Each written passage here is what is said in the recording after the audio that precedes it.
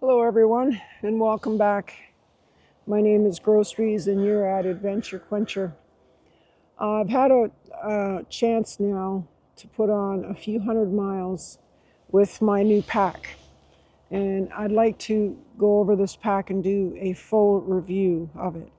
I did do a first impressions video when I first got it, but now that I've had a chance to play around with it a little bit, I've had a chance to see its flaws, to see its upsides, and I think I'm in a better position now to give you a detailed analysis. So let's just define what this pack is. This is a Nashville Cutaway 40-liter pack, custom-made pack. When I say custom, it was made to order, so I chose my own colors, my own fabric, like the material that I wanted. I chose the straps that I wanted. I've customized this pack in every way. So the stats, let's go over the stats on what this is. And this is specific to this pack. Okay, so now these packs come in 3 different sizes, 16, like length, 16, 18, and 20 inches. I got the 18. I wasn't sure what to expect from that 18. In hindsight, I probably would, if I was to do it again, I would go for the 16. Also with the strap length, I went with a 19, but I measured it over my bust, which was a mistake in hindsight. I see that now. So I actually should have probably gone with a 17. But anyway, we're talking about what I have here right now. The 40-liter 18 has 32 liters to the collar, just to the thing here, and 11 up at the top. This is total, they call it a 40-liter pack, but it's 43. This external pocket, because it's all one pocket, they won't tell you each individual pocket because there is none. Right now, this is 12 liters extra for what you're doing. Now, I'm not sure if they count the bottom pocket. We'll go over that in a minute. This has a pocket on the bottom. I think that would have some effect on the external size or the external capacity of this pack. The dimensions are 12 inches wide, 6 inches deep, and height to collar is 18 inches. So that's where the 18 comes from, is the height of the pack. Maybe I should have went for a 20, actually. 30-liter with a 20. Wouldn't that be something? It's something to think about. Anyway, the pack in its current configuration weighs exactly 13.6 ounces. I personally got this pack in what's called EPX 200 material. This is from what I understand, now I'm no scientist or anything, from what I understand, this material is a combination. There is, I believe, some aerobic, some nylon in it, but it's mostly recycled plastic bags, is what I'm told. So let's go over some of I just put some stuff in it just to fill it out so you could see it. Again, like I said, this is a frameless pack. I haven't, I'm gonna stretch these out a bit. I put shock cord here so that I could put a sit pad on it and keep a little bit of a distance between my body and the pack. This helps wick away moisture. It helps because I can use this double duty. I can just slide this out anytime I want and use it as a sit pad, or I can put it underneath my sleep pad at night to stop the pad from slipping around. So this pack comes in pieces. So like I bought these straps separate, or well, they come with the pack. But the nice part about having removable straps is that I then in the future don't have to worry about buying straps, right? I mean, I can literally just keep reusing these straps.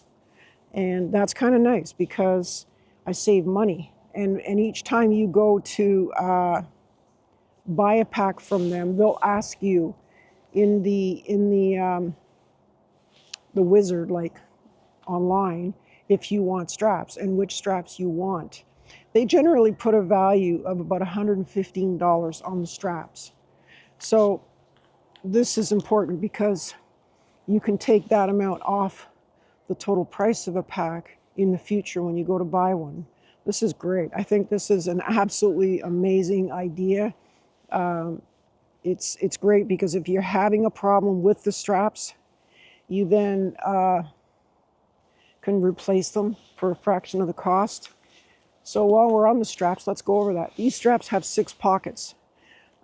Because this is so long, I put ditty stuff down in the bottom pocket, but generally this is used for your bottle. And also there's a little shock cord up here to put on the top of your bottle to keep it in place, to keep it up against the strap. The bottle would normally come up just to around the bottom of the second pocket here, allowing you still to have full access of anything you wanted to put in this pocket. Now these pockets up top, they have little snaps and they go the other way. So like the entrance is from the bottom up. So you really have to be sure that you keep these snaps secure and in place, or whatever's in there might fall out. You'll notice that it's a running vest style strap. It gets wider at the bottom. It stretches out down here. And it also has 2 attachment points, one up top and one down below. So for me, as a woman, I just keep one up here and one below my bust line. I think for men, you could put 3 straps across. This would cinch the pack more against your body, which I believe I'm doing anyways, because I have this right at the very bottom and this right at the very top. So I think I'm still securing the pack the best I can.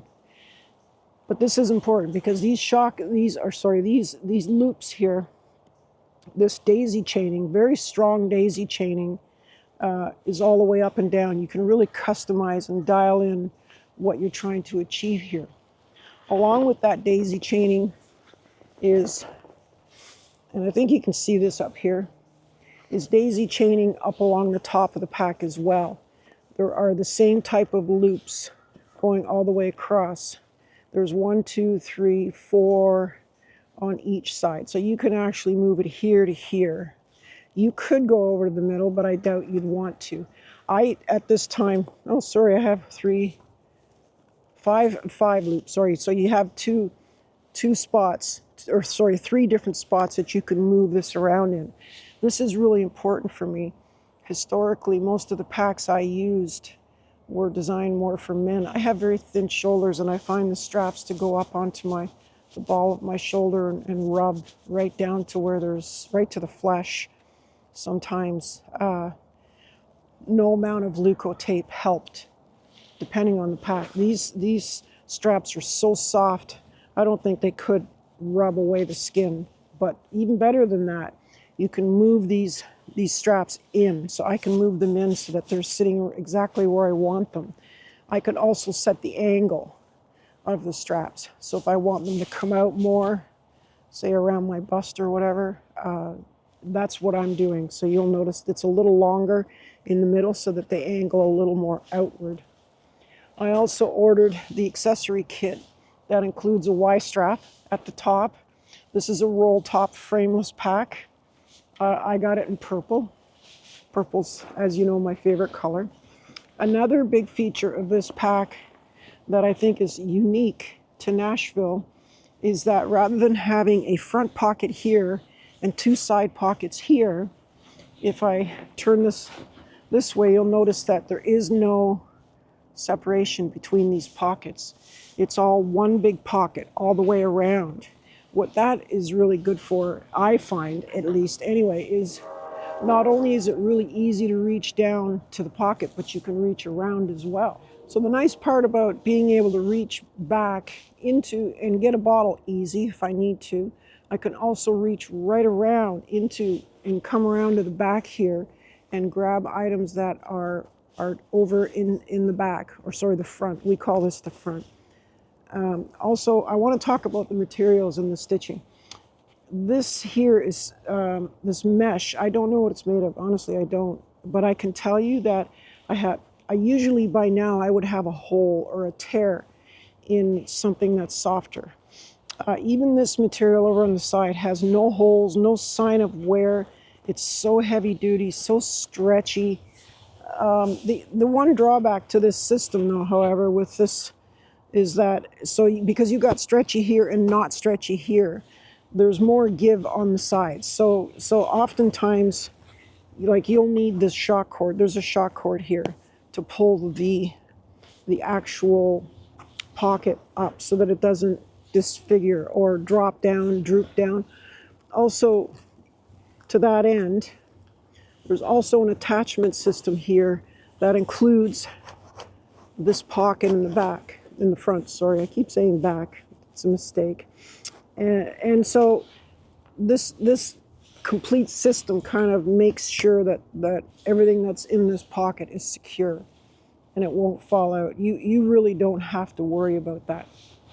Another pocket that this pack has, and I can tell you that this is becoming more and more popular. I don't know who started this, but there's a pocket underneath here as well. And it goes all the way to the underneath the bottom here. It's fading a little bit from my sweat, but it used to be this color, purple, that kind of matched the pack. But like I say, it's fading, and that's normal. Right now, I just have some Ziploc garbage bags in there. I have still have a couple snacks in there, I think. I don't know.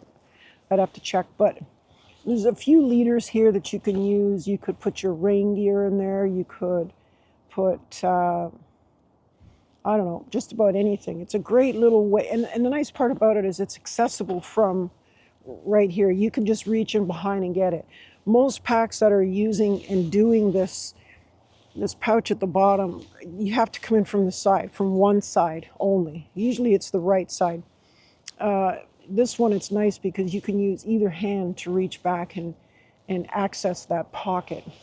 So these are the main features of this pack. Those are the most, I would say, pronounced features. You can attach a hip belt to this pack. However, it kind of defeats the purpose of what this pack is. This is a pack that is not suited for heavy loads. This is an ultralight pack. It is a frameless pack with no hip belt. Yes, you can put a hip belt on it, and yes, it would secure the pack to your back a little better. However, I wouldn't rely on that belt to be load-bearing. So it's not, because there's no rigidity to the pack itself. If you attach a hip belt and you expect it to hold the weight, this is all just going to fold and crumple under the weight. You need something rigid here to put that weight onto your hips and take it away from your back. So really having a hip belt, in my opinion, is kind of not understanding what a frameless pack is and what it's most properly used for, and that would be without a hip belt. That being said, this pack can carry 25, 30 pounds, but it gets very uncomfortable past around 20. I can tell you that honestly. I've had it up to 20. And that was not bad. It was pretty good. But I wouldn't take it higher than that, honestly. And that's why I think personally, because I did not know, and this is really important, I have to say this. This is one of the few companies who rate the storage size of their packs differently than most other companies. I won't say the other companies' names, but what they'll do is they'll say something like, oh, that's a 40-liter pack. But what they're doing is they're saying, you know, and I'm just guessing here because it's different with every pack, but, you know, the main compartment could be 25, this could be 4, this could be 8, you know what I mean? And then they'll add up the storage capacity of all those pockets and add it to the size of the main compartment and tell you that that's the size of a pack. So a 60-liter pack may actually only be 40 liters in the main compartment. Well, when I went to buy this pack, I thought that was the case. I didn't read the fine print. I should have. And I came to find out that there is a true 43 liters in the main compartment of this pack. Way more than I can use. I just put a quilt in there, loose so that I could fill it up. But I can tell you honestly, this pack is down to the collar. This is the collar here. And I have a hard time filling this pack up, even with a tent, full food, everything. So honestly, just, be sure that you're getting the right size if you're looking to buy a Nashville pack, because they do rate their packs that way. Who is this pack for? Ultralight. This is for the ultralight crew only. You honestly should not have a base weight. Base weight is all of the weight of all of your gear combined without food and water. This is just a system we've kind of adopted over the years of sort of dialing in and being able to describe what the weight of your pack is. We use a term called base weight. So right now my base weight is 8 pounds. It's a little heavier because I brought some camera equipment, tripods and stuff. It's normally around 6.5 pounds. That is a very minimalist setup. Not everybody would be comfortable with that setup. For me, I find it's no issue at all at 6.5. Even if I add a stove, take out the cold soaking jar, I cold soak, I would be adding another 10, maybe 11 ounces to that, and I would still be at around 7.5. In this weather, I chose not to. I chose to cold soak. However, I would have a stove. In colder weather, come fall, I would bring a stove and be at 7.5. So that's pretty good, because you can add, with what my current setup is, I can carry 3 liters of water. So that's what, 6.6 pounds. That would take me to 13 pounds. And then say another 7 pounds of food and still be in the comfort zone.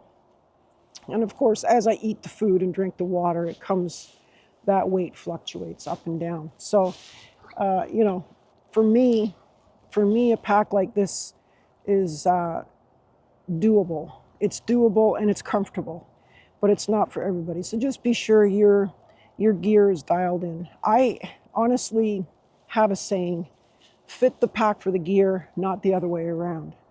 A lot of times I see people buying a pack and then trying to manage to get their stuff into this pack. I can tell you, you're going to fill a pack no matter what size you buy. You'll always fill the pack. This is why I prefer a smaller pack, because I'm not inclined to add things to it. If I had a bigger pack, and I'm having that difficulty now, it's bigger than I wanted it to be. I should have bought a 30, and then that way I'm restricted to 30, and I won't just add things. Every couple of weeks I have to go through my gear and take things out, because I've inadvertently added things, because you'll find a way to fill that pack. I think it's just human nature to do that. So for me, I already know my dialed in size, and so I just have to stick with that size. So I will probably get another one of these at 30 liters at 20 inches, which will make it skinnier, taller, easier for me to maneuver around trees and stuff. This one's a little wider, I think. The 6 inches is pretty good. I mean, that's pretty standard. And I believe the other one's probably going to be close to 6 inches as well, but maybe with a smaller collar up top. Anyway, this is my review of the pack. I hope I covered every aspect of this pack. I love it.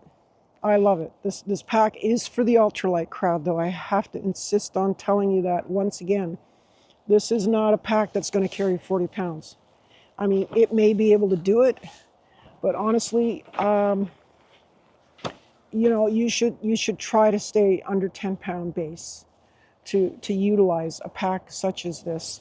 The nice part about it, and I'll say this, is that it's great because I can just grab the pack and go. It's no heavier than a shopping bag for me. So it really makes my hike more enjoyable. I don't have all that weight on my joints. Each step I take, I don't have all that extra weight. I'm already pretty big. I'm 10 pounds overweight.